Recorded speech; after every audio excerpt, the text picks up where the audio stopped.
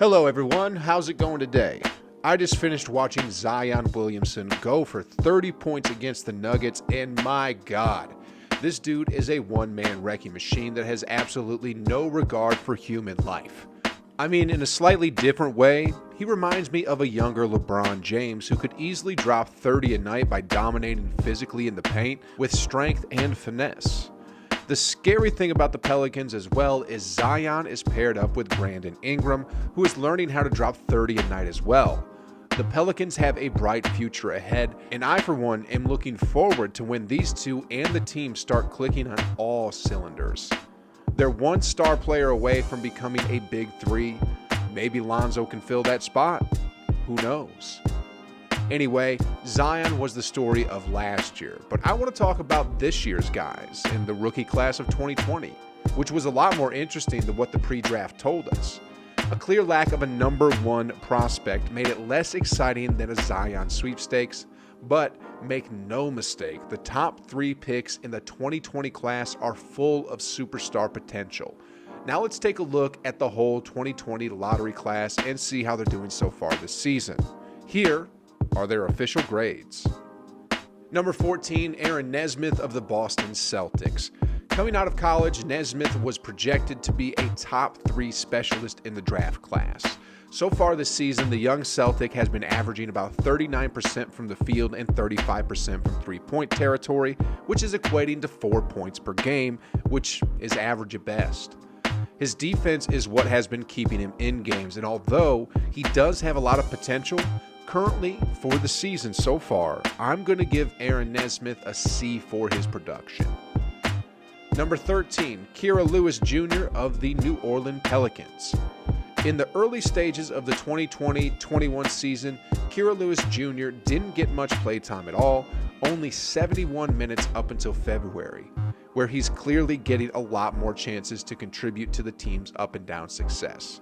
So far this season, Kira is averaging about 5 points and 2 assists in 14 minutes per game.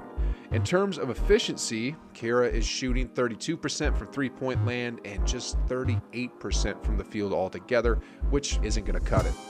He does have quick and active hands, however, and in his limited minutes each game, he's averaging almost 1 steal per game, so although he's not doing too great on the offensive side, he's proving he can be a bit of a defensive menace at times. I think the Pelicans are starting to see the potential they thought they drafted. Give him the minutes and he'll get you the buckets and extra possessions. He's just transitioning to the NBA. I'm going to give Kira a C. Number 12, Tyrese Haliburton of the Sacramento Kings. Tyrese Haliburton is currently 21 years old and he balled out for Iowa State in his 2 years as a Cyclone. But unlike most rookies, he's taken his talent to the next level almost seamlessly for Sacramento. After over 30 games played, Haliburton is averaging just under 13 points in just under 30 minutes per game. He's shooting a respectable 47% from the field in about 10 attempts per game and has smooth shooting from distance as well, as he's averaging 41% from three-point land while taking about 5 attempts per game. Whether you're hoping your Kings are going to be in a much better place soon or you want to make a splash in your fantasy league, Tyrese Haliburton is a fine consideration. Tyrese is getting an A. Number 11, Devin Vassell of the San Antonio Spurs. Devin Vassell seems to be another one of the rookies that is really starting to transition into the NBA nicely. He's averaging over 40% from three-point territory, which is translating to almost 6 points per game, while only playing about 17 minutes per game. In addition, Devin is averaging 1 steal per game, so he's being a decent two-way player in this league. Just like every rookie on a team that doesn't seem to be threatening anyone for a hostile takeover in the postseason, I would like to see the Spurs give him a lot more minutes. I think it would benefit them, but they already know exactly what they have. Devin deserves a solid B. Number 10, Jalen Smith of the Phoenix Suns. After being picked number 10 overall in the draft, Jalen ended up being assigned to the Agua Caliente Clippers, which is one of the G League teams. In the G League, he didn't particularly stand out either. He averaged about 8 points per game while shooting 39% from the field and 25% from three-point territory. He clearly isn't going to be a piece they need right now, and the Suns are in a fine place to make a decent run in the Western Conference postseason, as long as they don't run into King James. Sorry, Jalen, I'm going to have to give you a D. Number 9, Deni Avidja of the Washington Wizards. Before being drafted into the NBA, Deni played in the Israeli Basketball Premier League. Avidja declared for the 2020 NBA Draft in April 2020. Since being drafted by Washington, Deni has put up respectable numbers with a respectable number of minutes as well. Deni is averaging 22 minutes per game while shooting 43% from the field, 35% from beyond the arc, and 62% at the free throw line. This is all translating to Deni getting 6 points per game while collecting almost 5 boards and dishing out 1 assist. I'm going to have to give Deni a B so far this season. Number 8, Obi Toppin of the New York Knicks. In the 2020 NBA Draft, Obi was picked 8th overall.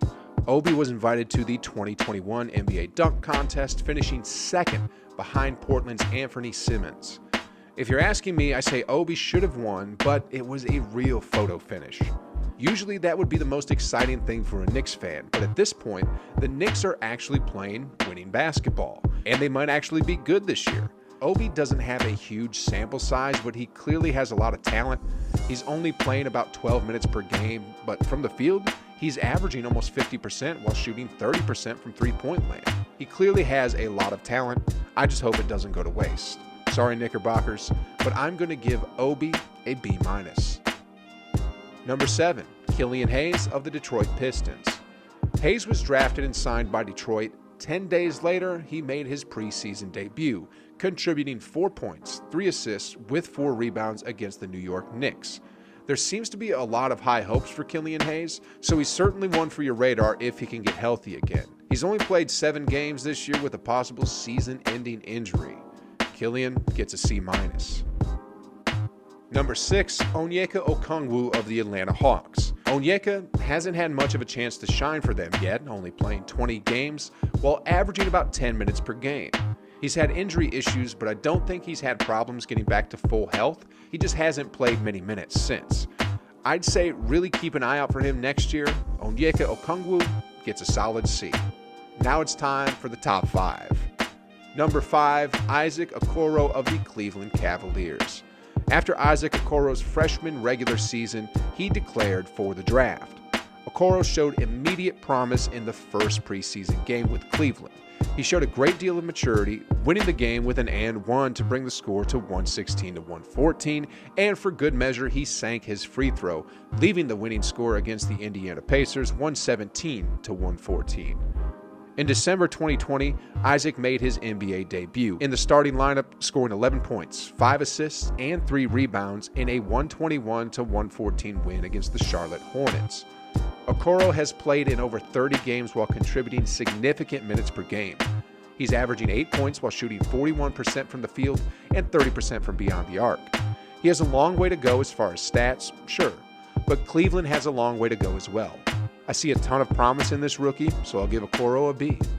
Number 4, Patrick Williams of the Chicago Bulls. Patrick Williams spent his freshman season as Florida State's 6th man. Him and his teammate Devin Vassell declared for the 2020 NBA Draft, and since then, Patrick has played in pretty much every single game for the Bulls while contributing significant minutes as well. He's averaging just about 10 points per game with shooting efficiencies of about 46% from the field and just about 40% from three-point territory. Patrick seems to be a great fit for the Bulls, and I look forward to how he progresses his career.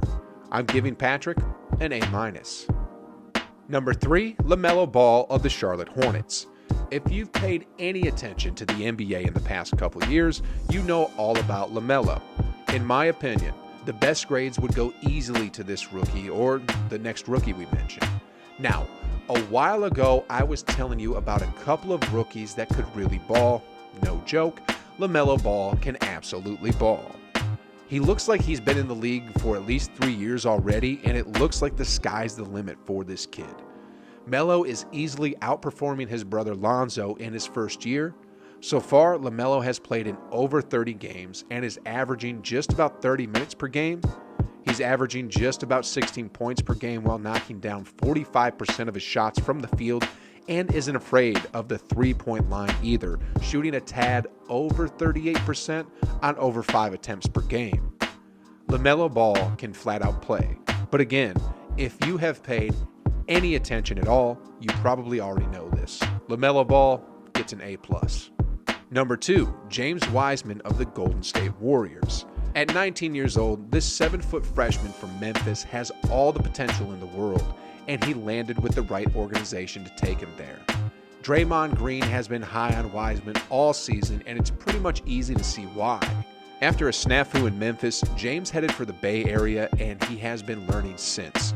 Playing in every game when healthy, Wiseman is averaging about 12 points per game while shooting over 50% from the field, which is fantastic efficiency for a rookie. Don't expect James Wiseman to start pulling off from three-point land a lot, but if he does, he's knocking down the 1 attempt per game at 38%. Simply put, this is your ace in the hole. The bigs are back. My guy, James Wiseman, I'm giving him an easy A. Number 1, Anthony Edwards of the Minnesota Timberwolves. This 19-year-old from the University of Georgia could not be stopped in his freshman year.